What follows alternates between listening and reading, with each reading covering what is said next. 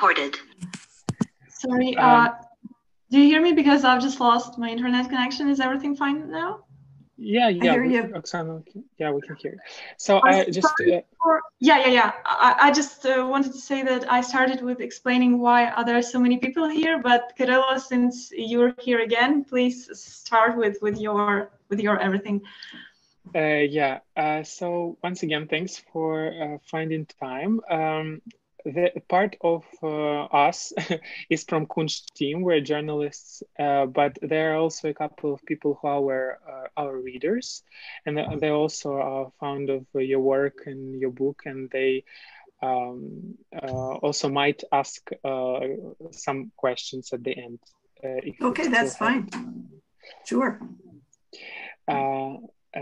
Thanks. So I just wanted to start with the following question. You've book 8 years ago, and there obviously you focus on the people, not as much on the military equipment and so on. But now we're in Ukraine and all the news.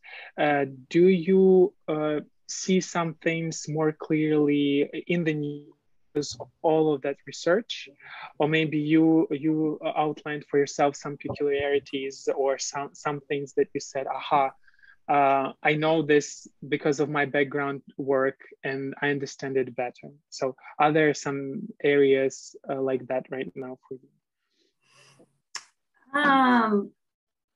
I don't know if for me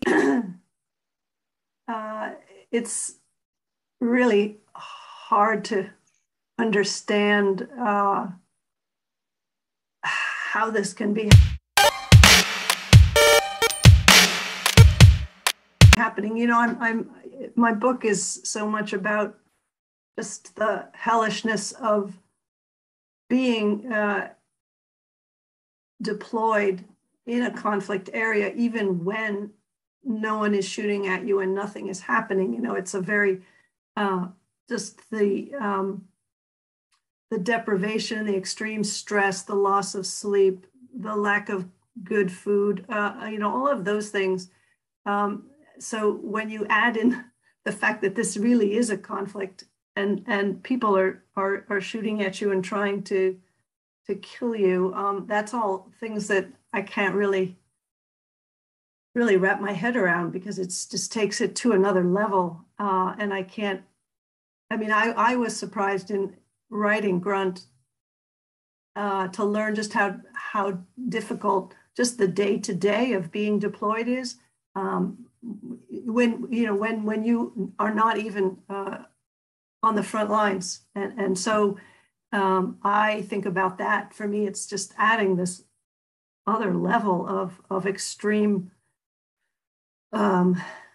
difficulty and fear and risk. So I guess that's been, you know, when I read about what's happening there, it just seems all the more horrible to me, because I'm imagining all of that piled on top of the things that I looked into in the book. Thank you. Oksana?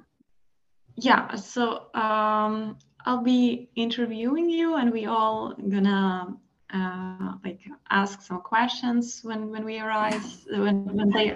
will arise. So I'll probably start, if you don't mind, with a little introducing of you, even though like everybody knows you here. But I'm just curious to know, how would you how would you introduce yourself? Because everywhere, when I see, almost like everywhere, like the first sentence of explaining who you are in like Wikipedia says, Mary Rouch is an American author specializing in popular science and humor. And for me, it's like a little bit, like not weird, but I was a little bit confused with this, because, well, yeah, I know you've written a lot of things, like 6 New York Times bestsellers, and many other works that I haven't read. Honestly, I'm only familiar with Grunt. But for me, it's like more a very interesting story with characters, dialogues, and actually being there. on the one hand, and like super accurate from the point of view of scientific facts on the other hand. And humor for me is like just one of the instruments there. So how would you introduce yourself if I asked you like this first sentence? How would you say? You know, I'm not, I would say that I'm an American author of nonfiction books. Because if I were to, I mean, people describe me as a science writer and they also mention humor, but I think those set up expectations that aren't really realistic, because I'm not a comedian. I mean, I do, there is humor in the book, and I like to put myself in situations where there's potential to write it in an amusing way, but there's lots of chapters, particularly in Grunt, that aren't funny, that are very serious and sometimes kind of heartbreaking. So I'm not, and a science writer, I think of a science writer more as someone who's got a beat and who often has a background, a degree in science. So even though there tends to be science in the books, I think that those terms are very specific, and they bring to mind the kinds of writers that I'm not really. I guess I'm kind of in a category. I'm in my own category, but I guess a nonfiction author is what I say when somebody says, you know, what do you do? But that doesn't give people much information. You know, I'm a nonfiction author. I guess I would go on to say that they're a little hard to describe, my books. There's elements of humor and there's elements of science, but it's just something I think you have to dive into them and read a chapter or two to get a sense of what it is I do. Yeah, it's actually when you have to dive into everything, and you also show characters, you also show like people. So it's for me, it was like more even important than humor, because I see those characters there. They are not just names; they are live. So this is great, and I'm very thankful for this kind of describing. So today we're gonna talk about this book, Grunt. The full name of it is Grunt: The Curious Science of Humans at War. So my first question will be, how are you today? And isn't it like too late for you for a conversation about a book you written 6 or Kirill says 8 years ago?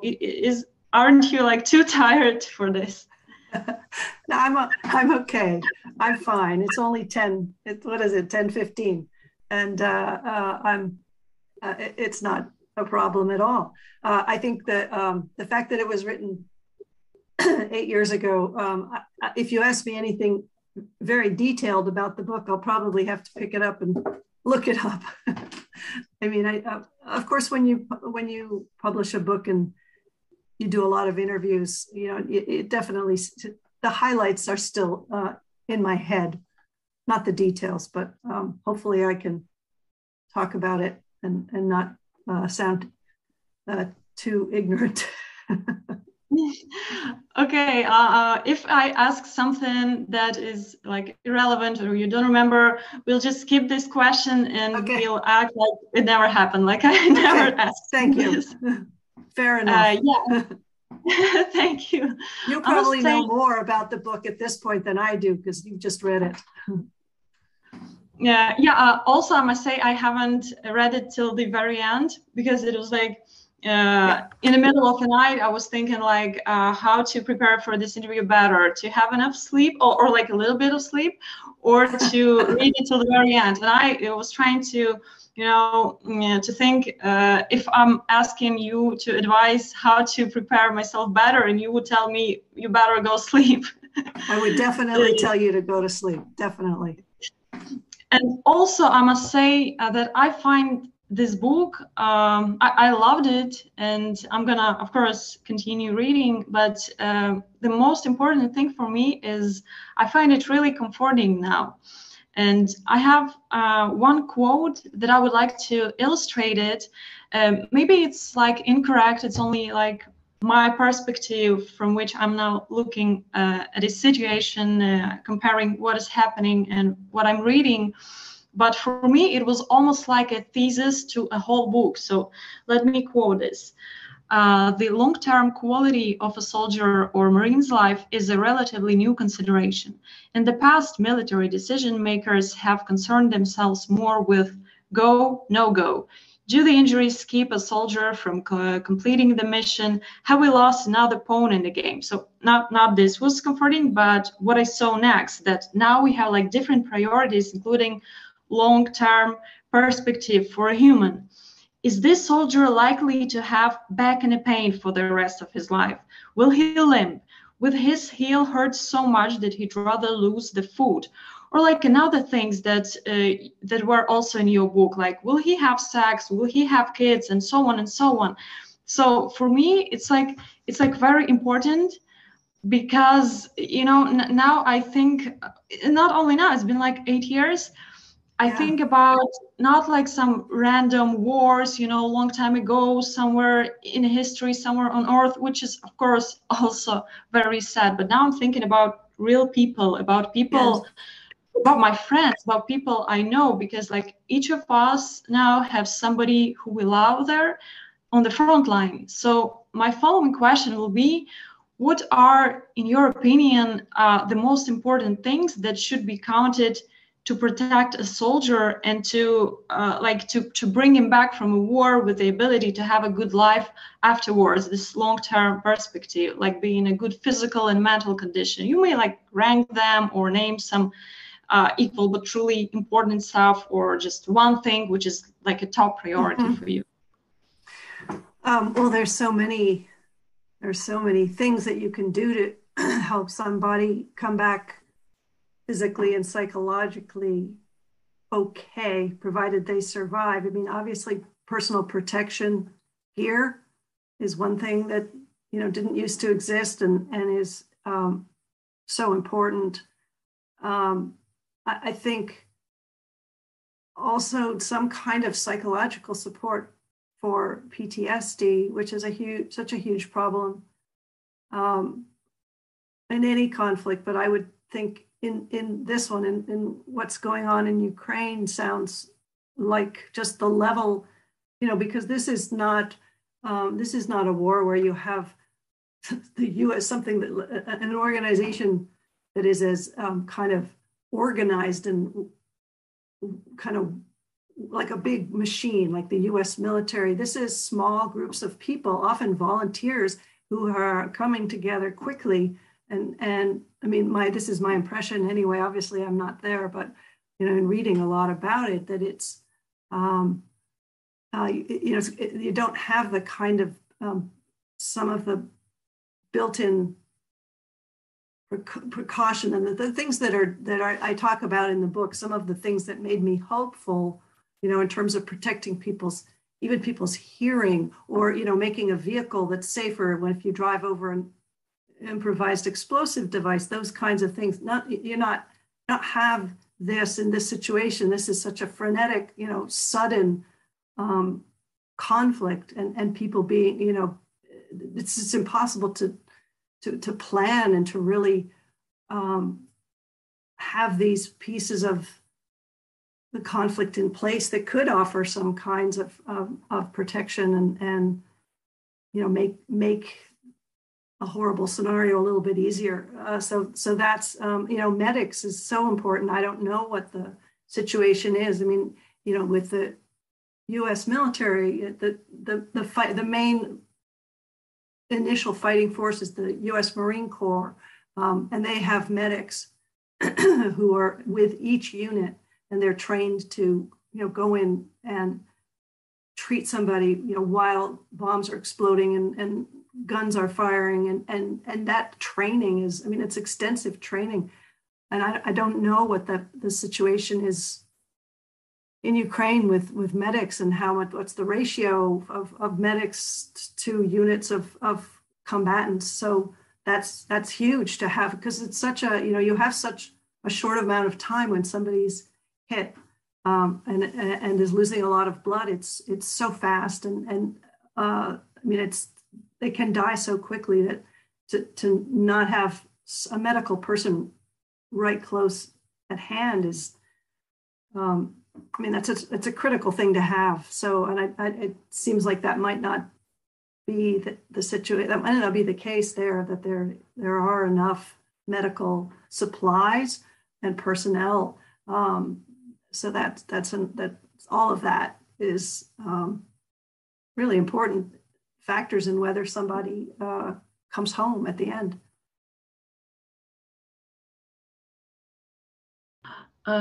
What do you think should a person do, or like what would you do in a situation when your like friend or relative comes back from a hot spot, like for a couple of days or like at all, and now he or she is in your town and you hang out and you see each other, but you kind of realize that this person is now, I would say, different for you, because this person now means more, as he or she protected you, and you feel very thankful and you want them to feel that you really appreciate, but you have no idea how to express this kind of support. I mean, I have no idea. So how would you express this? How do you support these people? I think all you can do is try to speak honestly and just tell them that you appreciate them. I think it's, I mean, even just talking to some of the soldiers when I was reporting Grunt, for example, the man who had lost part of both legs and even part of his genitals, you know, just I felt like I don't know how to say, you know, thank you for your service to someone whose life is blown apart that way.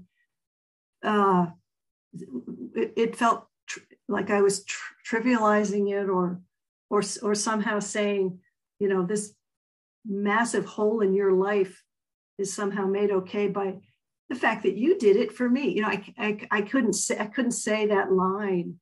Oh, thank you for your service. It seemed so hollow and trivial. So I didn't know what to say.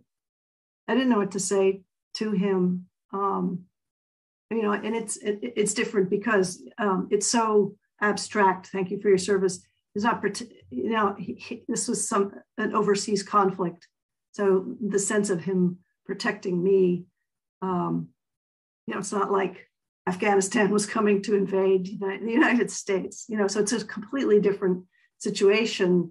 So I think that I'm guessing it would be easier to express it in a heartfelt and real way when it really truly is, this person is literally protecting you in your community. So I think it would just come out and the feeling would be there and it would seem real because it is real. Yeah. You know, so many like military people, are they like somehow different? Because, you know, it's like, it's common, each profession influences like characters. So what are these people like? I mean, soldiers, paramedics, Marines. Will you recognize a person in a civilian clothes? Will you get this person is from armed forces by like his speech or like habits or behavior? Is there something about it? Yeah. Well, I guess that's something that I thought before I began the book, that there was a type of person in the US military. I had an image of them from movies and from just my general sense of what the military does and why people join the military. But having spent a couple of years interviewing people, a lot of them in the medical side of it and the research side, the science side of it, but also, you know, Marines and people in the Navy, people on a submarine, there isn't really a type. I mean, there is there's a, if you take, say, folks on a submarine or the Marines or the low-ranking Army unit or generals. I mean, there may be a type to be found in each of those, but they're all so different. The ones that I spent the most time with, the medical and the science people, were really smart and compassionate. They weren't, I mean, they weren't the sort of stereotypical gun-loving kind of gung-ho. There's a certain stereotype from movies, mostly. Like they weren't that stereotype at all. And I guess because I didn't deploy, I tried to embed with a unit, because I feel that was a part of the military that I was missing. I wanted to actually embed in Afghanistan, but I wasn't allowed to, because at that point they were only allowing daily journalists, and I was working on a long-term project. It was during the drawdown as well, so there wasn't as much going on. But I guess that was a component of the military that I think that's where that stereotype lives, kind of in the day-to-day recruit or sort of person. Grunt is kind of the word you use for it, just sort of the low-ranking person who has to do whatever they're told to do, and so I didn't really spend any time with those people. But the military is such a vast machine, the policymakers and the people in the highest ranks, and also all of the people behind the desks, that are in the bureaucracy. There's those people too. So there is, and this is kind of an annoying answer, but I guess the more time I spent working on the book, the less I was able to call up a certain image.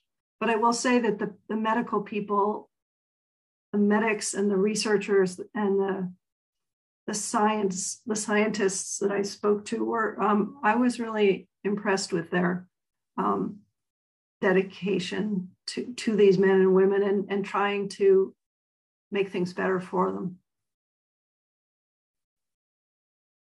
Yeah, it was also clearly seen that you see individuals first of all. It's like very very seen from your book and from how you describe people.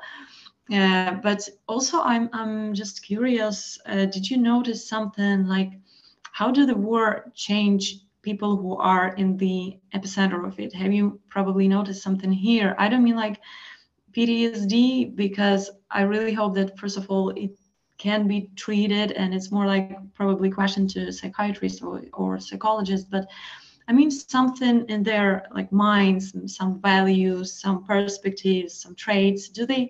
What do they feel about life, which is probably maybe different from generic public's attitude to life? Is there like something that you probably noticed? Well, I guess more from other things I've read than from the people who'd come back from serving. I think the thing that you often hear is that suddenly, like, just day-to-day life seems really flat. That there's and again, this is something I heard more also from correspondents who've covered the front lines, who've covered conflicts overseas, that like it's almost like an addiction to the stimulation and the excitement. It's not excitement in a good way, but the danger. And so then suddenly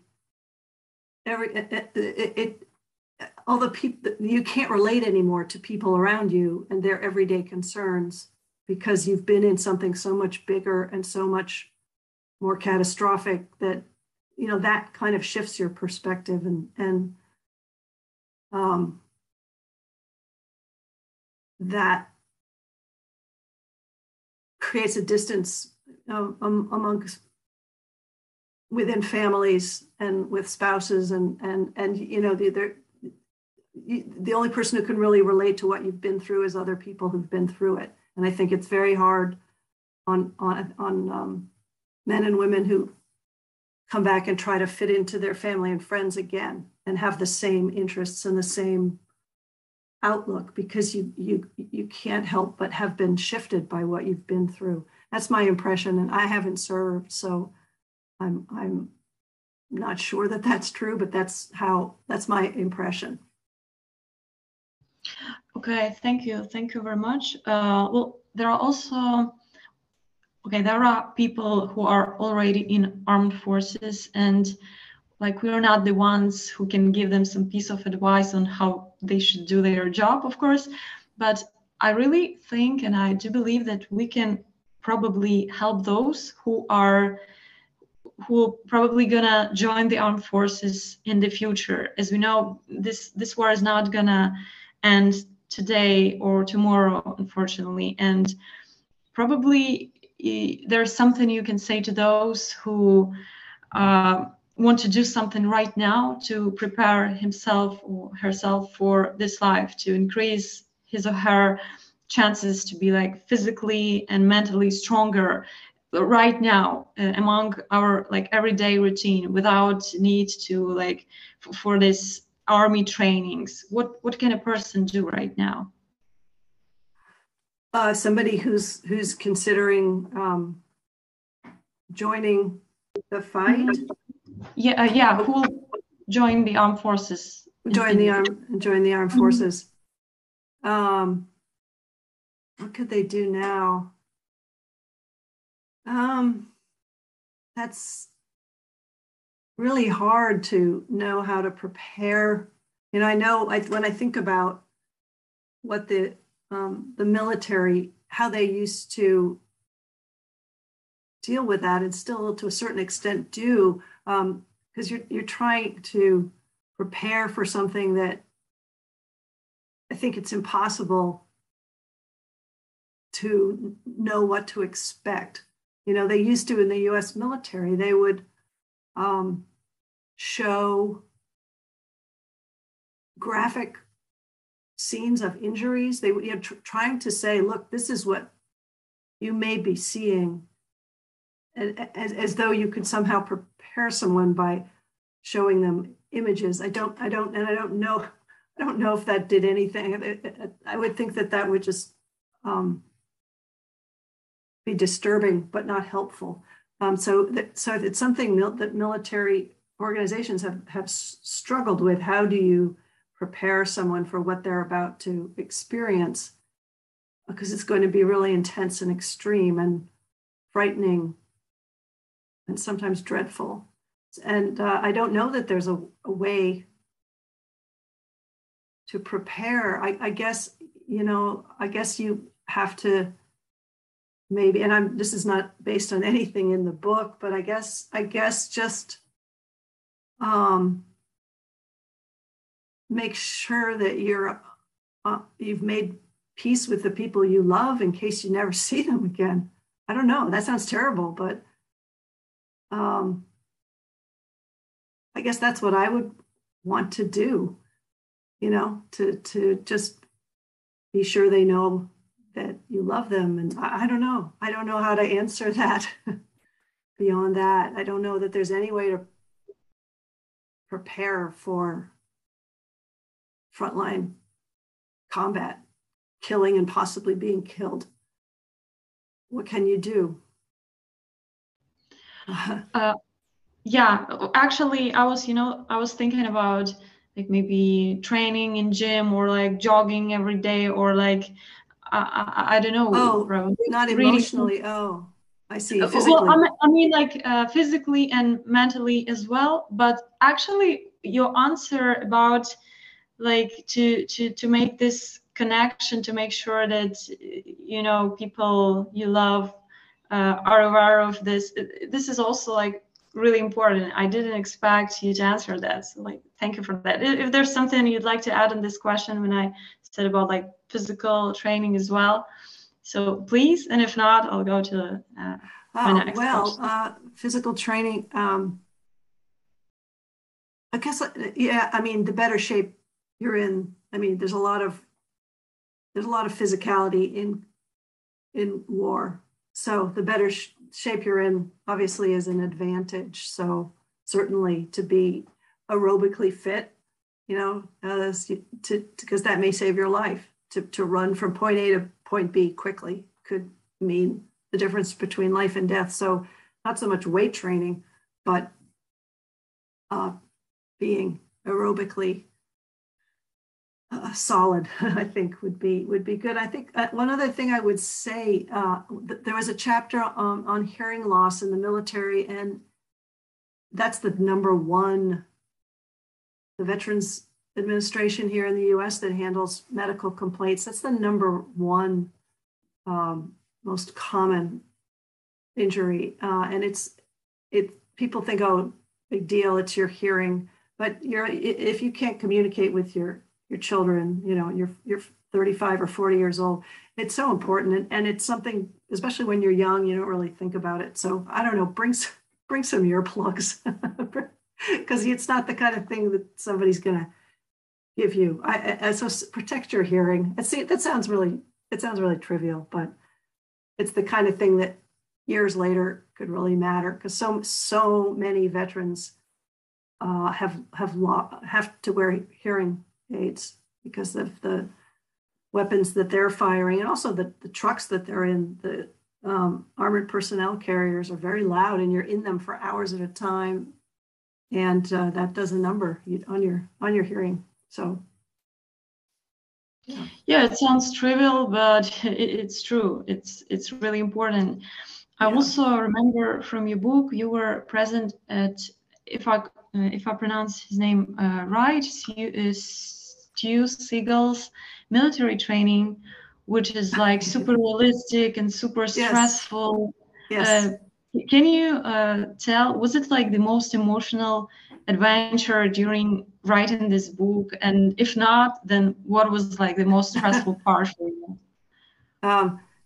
No, it wasn't, because I knew that the sounds of bullets and bombs, even though they had made it very realistic, but ultimately I knew that it wasn't. I mean, it's stressful in that loud noises and people screaming are stressful, but even when they're not real. But no, because I knew it was a set, and I knew what was happening. It wasn't for me particularly emotionally distressing. I think the hardest, two parts of the book were the hardest. If you haven't finished the book, it ends at the morgue in Dover, in the United States. Dover is in Delaware, is it? Anyway, it's on the East Coast, Dover, and anyone who is killed overseas, the bodies are brought back through Dover, and I went to a meeting where the medical examiners, they all meet, and they take each case of somebody who's been killed, and the bodies, they leave the protective equipment on, say a tourniquet on a leg, or if they're trying to give blood through the sternum, I mean, or like there's a decompression needle, or anything that was done to try to save the life, they leave it in place, and they have this meeting. It's a telephone a real-time meeting between the medical examiners with the body, and then with the people overseas who treated that person, and they try to look at what happened and whether anything should have been done differently. But to sit there through that meeting, they went through 5 cases, 5 young people who had been killed, and talking about what had happened. And that was really hard to see those young men and women, and they're gone, and for what? It was, and the medical examiners at Dover were really amazing, and they were, you become, if that's your job, for the most part, you hate war. And that was really hard to take. I remember this chapter. I actually went until this, and I also remember how carefully they express the mistakes, how they not name the paramedic who did what, because it's like very important for people not to feel like blamed that they did something wrong. This is amazing. This chapter is like, I have goosebumps when you were talking about it, because it was like really, really emotional. I remember during your lecture at probably Google, you said something like there is kind of a tension between soldiers and scientists. Do you remember what did you mean by that? Well, by soldiers, I mean people who have deployed, say they're, at that time it was Afghanistan.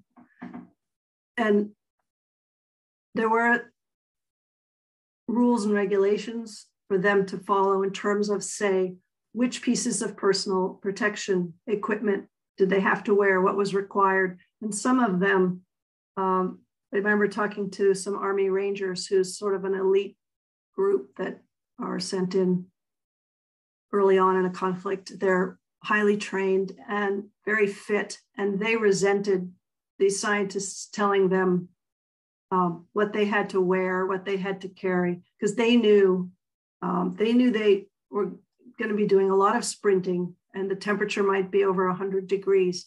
And this was going to make their job harder and more dangerous, not safer. And they were very resentful of these people sitting behind desks in air-conditioned offices, telling them how to fight this war without having ever served or deployed. So that's what I mean. There was a tension, just feeling that, hey, you know what, I'm here fighting this war and risking my life. Don't tell me how to do it. Because first of all, you're not considering half the things that go into this equation because you're not here. And second of all, so that it was that kind of thing that caused resentment. Yeah. Okay, thank you. Also, like a lot, I think a lot about standards and quality and how thoroughly people work to get their results. And my question is, if it's like irrelevant, then we'll skip it, as I told you. But if there's something you can like give a piece of advice to those who are volunteering now in Ukraine, because people like massively, it's like the whole Ukraine is doing something, and we are either like buying some things or sometimes even making things by ourselves, even like important serious things like bulletproof vests or like tourniquets. And probably something like, what rules should we all stick to so our help will not kill anybody? Oh, so your help won't kill someone. Wow. Well, you mentioned tourniquets, and that's not that answers the last part of your question, but tourniquets are something that is not very expensive. I don't know if they're easy to procure, but so important, because like I mentioned before, how quickly someone can bleed out and die. One of the things that was amazing to me was hearing people say that when they're driving through areas where there are a lot of improvised explosives, they have the tourniquet already on their legs. They just haven't tightened it, because you have to do your own tourniquet. But anyway, tourniquet is, there's certain things that are huge.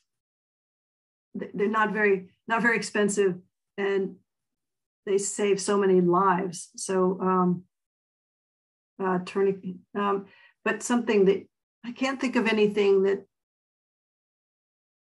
someone might do wrong, not knowing. I guess if I thought about it a while, I'd think of something. But yeah, thank you.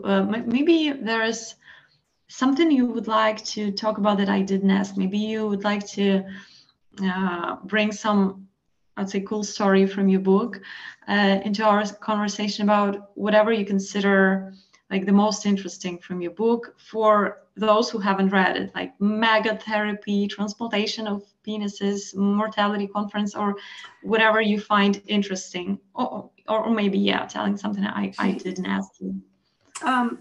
Well, you mentioned maggot therapy. I mean, I have a chapter on flies on the battlefield for better and worse. Like I found that so interesting that, I mean, in conflicts from the 1800s and even parts of the 1900s, more soldiers died from dysentery, diarrhea, because you had the situation where you have a field camp and you have a big pit latrine, just an open pit where people are shitting. And then you have a mess tent that, the food is out and not covered. There's no sealed, dining facility like there is now. So the flies would be on the shit and then they'd get on the food. So very quickly you had hundreds of soldiers getting sick, very sick, and dying of dehydration and diarrhea. So flies, this little kind of supposedly harmless thing, was lethal and was an enemy. And there were posters that would be showing a big fly with somebody stabbing it with a bayonet. Flies were more effective killers than any army. But now in conflicts, when there's any kind of a large base, military base, there's a dining facility that has, there's air conditioning and refrigeration, so nothing is exposed to flies and people aren't shitting in a hole. So they're, with the exception of the special forces who are out, in very sort of rugged rural situations, people aren't dying that way. So now, and there's something called maggot therapy, which is something was learned in World War I, I think it was, where maggots are good at when there's an infection and a wound that isn't healing well. Maggots will they'll only eat the dead tissue. So they do a debridement, a sort of natural debridement, and these wounds are not infected and the flesh grows back quickly. It's fairly amazing what they can do, these maggots, which are larvae of certain flies, bot flies, and so much so that they are used as a medical device. You can, by prescription, they have like a Medicare reimbursement number, maggots that is, and you can have a bandage with a little kind of a cage that keeps the maggots in the wound, and they do their thing. So the evolution of flies from like evil to good was kind of an interesting story, a very Mary Roach story. Thank you. Thank you very much. One more question, if we have like a couple of minutes. Thanks so much for your answers and for this interview. We talked a lot about the emotions, but people are in the center of your book and they're in the center of every war. So I guess that's the most important thing that we wanted to talk about.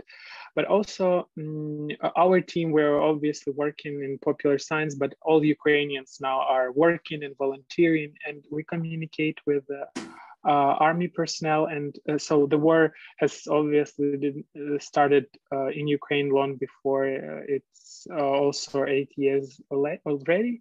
But the people who are fighting now, they said that it's very different from 2014 because it's the war of drones.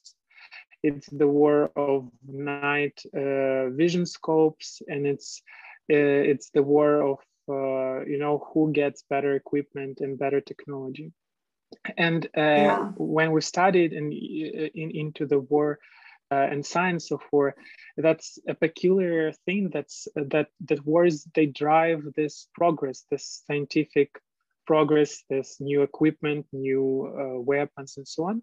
And my question is, while researching, while writing this book, has something struck you as an invention due to war that maybe without wars wouldn't, happen or wouldn't be so sophisticated and wait, an invention that what?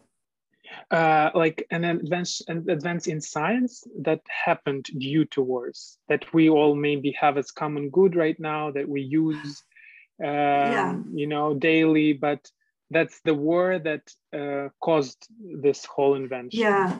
Well, the one that comes to mind is a lot of the developments in keeping people alive.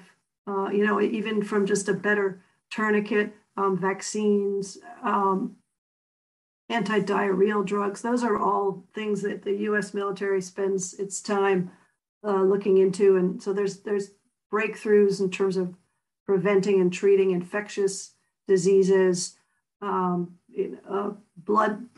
banking. I mean, just any kind of a medical intervention that happens in you know, like in trauma medicine with, you know, from bullet wounds or broken bones, that kind of stuff often comes out of the military because the military, you know, war is really good at breaking people apart and blowing them up.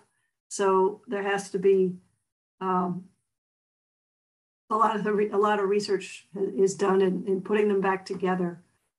Transplantation, the penis. There's a chapter on the first penis transplants, so there's just a lot of repair work and life saving that has come out of military.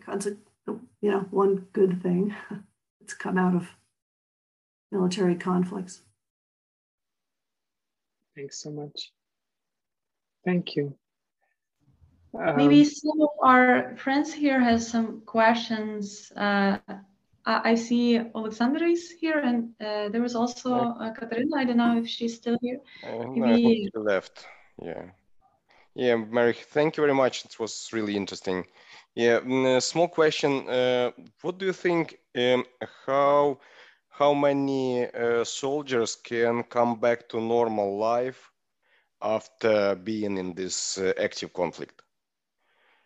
I have no idea what the percentage is. It would be good to know that, because of course you hear about the cases where somebody's emotionally shattered, and we have here in the US so many of the people on the streets with emotional issues and alcoholism and drugs. There's a large population, particularly out of Vietnam. I mean, Vietnam had the added dimension of coming back here and not having the support of the population. You know, there was a lot of anti-war sentiment during that conflict. And so people felt scorned. They didn't feel like their service had been appreciated. And that took its toll. So I think you know, it probably just it depends a lot on. It's really hard for me to generalize. You know, it's you know, it's the physical brutality of what you've seen, obviously, but also how you're treated when you return and how you're accepted and how people accept you and view you. So when you're not seen as a hero, I think that in this country, those are the veterans that really seemed pretty shattered. And, you know, they were emotionally. I would agree, and I think in Ukraine we can do really interesting research, because we had this Afghanistan war when this in the Soviet Union, and we had a lot of soldiers coming back, and they were mostly they created these bands and gangs because there was no moral support of this war. And now we have 8 years of war, of protection war, and the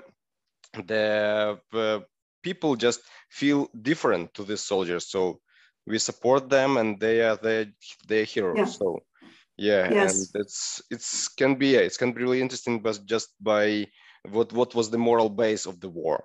Yes. Yeah, it can differently affect soldiers. And yeah, I would say that we have now just add some information that we currently army in Ukraine is more professional, and we spend a lot of time to save lives. Yeah, and this tourniquets, this all medical things. So Ukrainian army just respects soldiers' lives. So that's the real difference. And now we have a lot from US and from other countries, just techniques and medicals, etc. So that's good. That's good. I'm glad to hear that. Yeah. So hope we'll save more lives. Yeah. Thank you. It's running pretty late at Mary's end, so Mary, thanks so much, and thank you for joining us and for having this conversation. As soon as the article will be published, I'll send it to you. It will be in Ukrainian, obviously, but anyway. No, I want to see it, and thank you for interviewing me. And it's I just wish everybody. I just wish for this conflict to end soon, and everybody's. I mean, I think the whole world is supporting Ukraine. And is so impressed with the way everyone there is, their resilience and perseverance and courage. So it's been an honor to talk with you guys. Thanks. It's been an honor and a pleasure to talk to you as well. And also we're really thankful to you for your support and to your country for the whole support that you all provide us with. So and this conversation was very I really appreciate that we had this, and we thank you very much for being here. And you're so welcome. Thank you. We wish you all the best in your future works and in everything. Thank you so much, and please stay safe, all of you, and I hope your family and friends all stay safe too, and that this ends soon. Thank you. Thanks. Yeah. Thank you. Yeah, it's really a pleasure. Bye. My pleasure. Evening. Yeah. Okay. Good night, you guys. Bye. Good night. Good night. Good night.